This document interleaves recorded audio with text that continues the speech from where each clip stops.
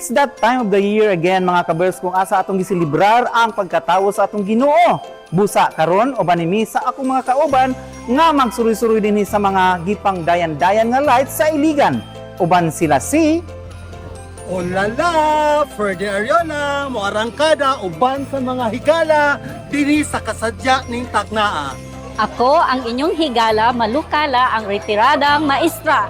Ako si Jigs Pacana, ang inyong plus-size dancer, mag-uuma/artist, gikan sa Mantikaw.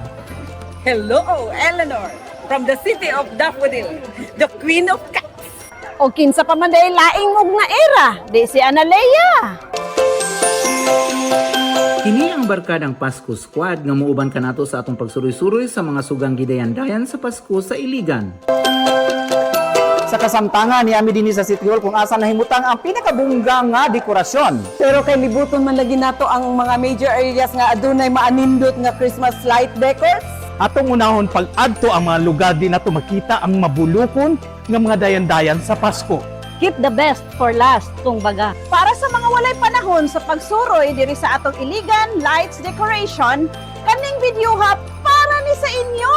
So dili na nato dugay-dugayon pa, bisitahan ta ang mga sugang nagdayan-dayan diri sa Iligan, uban pa.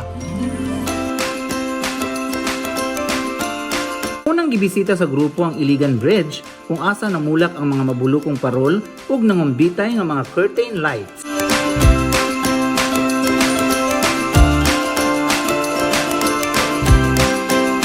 Ang ganahan pinakuha ni nga kuan ba kay nanang ang symbolic lang gyud siya kay ang bridge man gud ko ingo iti pero the bridge siya o sa Christmas culture. Gwapo gid siya, ma-excite ang mga tao nga muagi, dayon makalipay. Madasigon ang mga nagkidlap-kidlap nga mga suga sa Iligan Bridge nga nagsimbolo sa kalipay sa Pasko.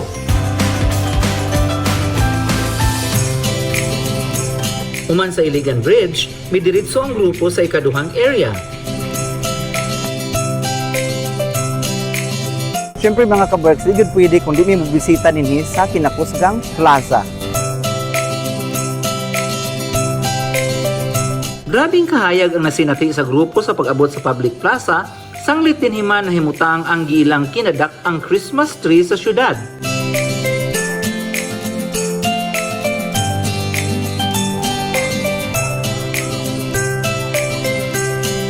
Wanda kay siya pink lemonade siya. Dayon kita yun ako nga evolve yun ang decoration din sa plaza.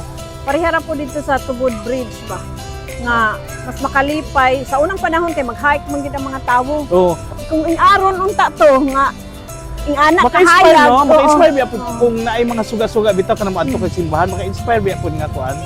Especially kanang mga simbang gabi. Ginama sa DIY art materials o gipalibutan sa mga mabulokong Christmas lights, madan-agon ang kanindot sa maong mugna nga nahimutang sa sentro sa plaza. Tuod man, di ikalalis ang kaharianon sa Christmas tree nga gipahimutang sa plaza nga sentro gyud sa syudad.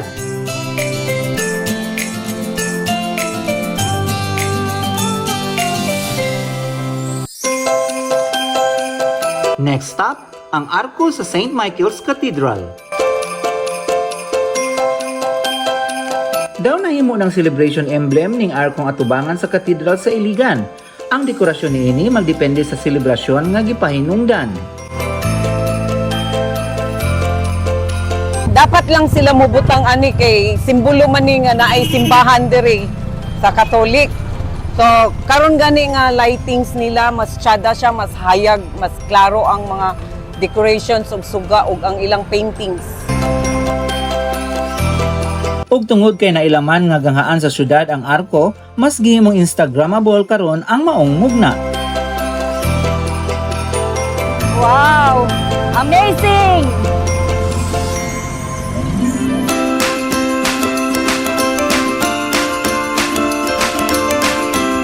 Ang ikatulong ang iyang bisitahan dinhi sa Iligan labi na sa panahon sa Pasko, ang mugna sa usa ka inilang pamilya dinhi. Kini ang Nadoras Residence.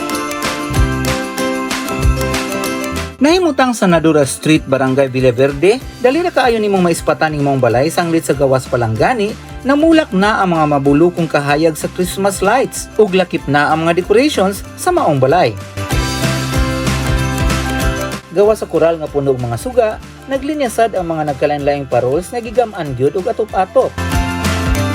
Samtang sa atubangan sa taas sa atop sa balay, maaninag ang mga reindeers ni Santa Claus. Sa pagsulod nimo sa gate sa atubangan sa ilang balay, daw malibog ang imong mata sa kabisi sa mga lighted Christmas symbols.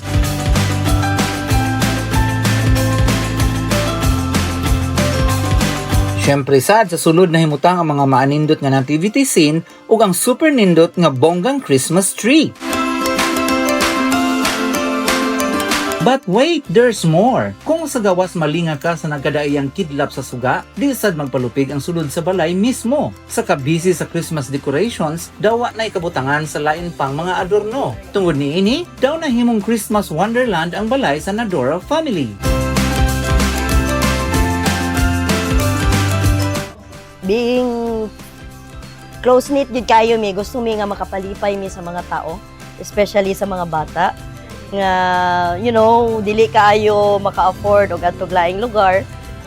So nakahuna-huna mi nga i-open house siya and free to all. Sumpay sad ni Ma'am Lorena nga ipadayon gid kuno nila ang ilang mugna sa Pasko sanglit.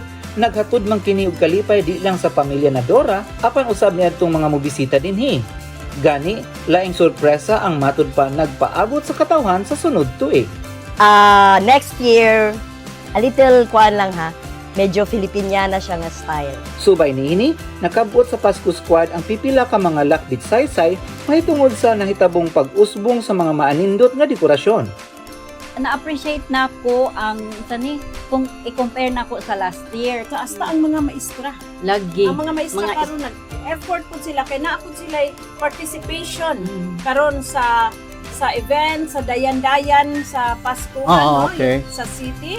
Apil ang mga teachers nag-participate po sila. Nangalimi na ang hangin sa Pasko. Tinuod na anagid siya rin makita nimo ang espiritu sa Pasko.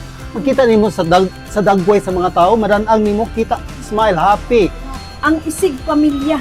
Oo. Mag-uban. Oo. Mag-uban kay moagtutan Oh, mahimo siyang rason nga matapok ang pamilya because of naslay adtuon. Oh. Attraction siya kay you will notice Cagayan de Oro. Pag kanindot, even the small municipalities, dapat lang himiligan di magpaulahin. Oo.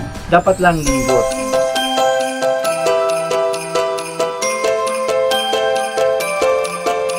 Gikan sa Christmas Wonderland nga tema sa Nadora Residence, dinhi kita sa cream of the crop Christmas decoration sa Iligan City.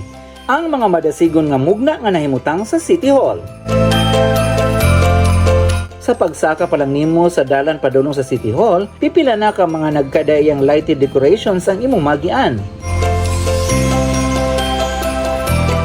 Lakip sad nga gibutang sa unang hutong sa agianan pataas sa City Hall ang gitawag nga portal to the Candy Wonderland. Ang Instagrammable nga 3D portal makeshift kung asa nagsilbi sad nga photo opportunity background. Samtang sa atubangan sa nahimutangan sa Candyland portal, maani nagsad ang colorful kaayong nagkidlap-kidlap nga mga lights gihapon sa bungtod sa kilid sa City Hall nga nagatubang sa syudad sa Iligan mismo. Ug sa pagsaka nimo sa lighted steps paingon sa City Hall sa taas, maani nagdayon nimo ang dawharianong lights fixtures sa main building sa Iligan City Hall. Sa atbang sa City Hall daw namulak ang mga kakahuyan nga gipangbitayan sa daw nga tagak nga mga suga samtang sa ubos niini Candyland ang tema. Complete with characters and Instagrammable nooks nga open sa tanang buot magpahulagway. Kung daw mahangang haka dinhi pa lang sa atubangan sa City Hall, lakaw sa unahan paingon sa may playground kay didto adunay surpresang gaatang alang sa tibuok pamilya.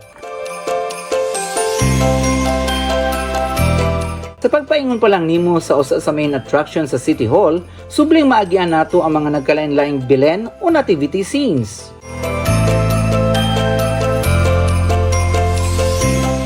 Sa medyo unahan, makita na dayon nato ang main attraction nga gitawag nga Christmas Candyland. Sa entrada pa lang sa maong area, daw ma-amaze ka sa mga disenyo nga daw gahatod kanimo sa lain nga kalibutan.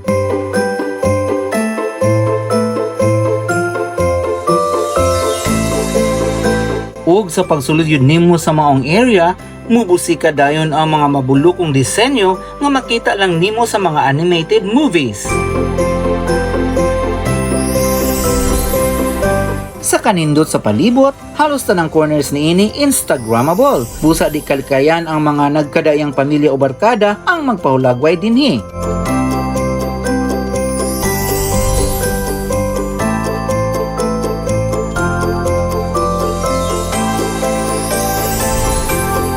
Sa kinatibukan, niadtong buot mulaag dinhi sa Iligan City Hall ang ayan gyud nga aduna kamoy balon nga kamera. Kay sa kanindot ning mga gimugnang decorations dinhi, daw mausik gyud ang inyong pagbisita kung way mga hulagway nga matago nga magpahinumdum kaninyo sa talagsaong mga sugang dayan-dayan sa Pasko dinhi sa Iligan.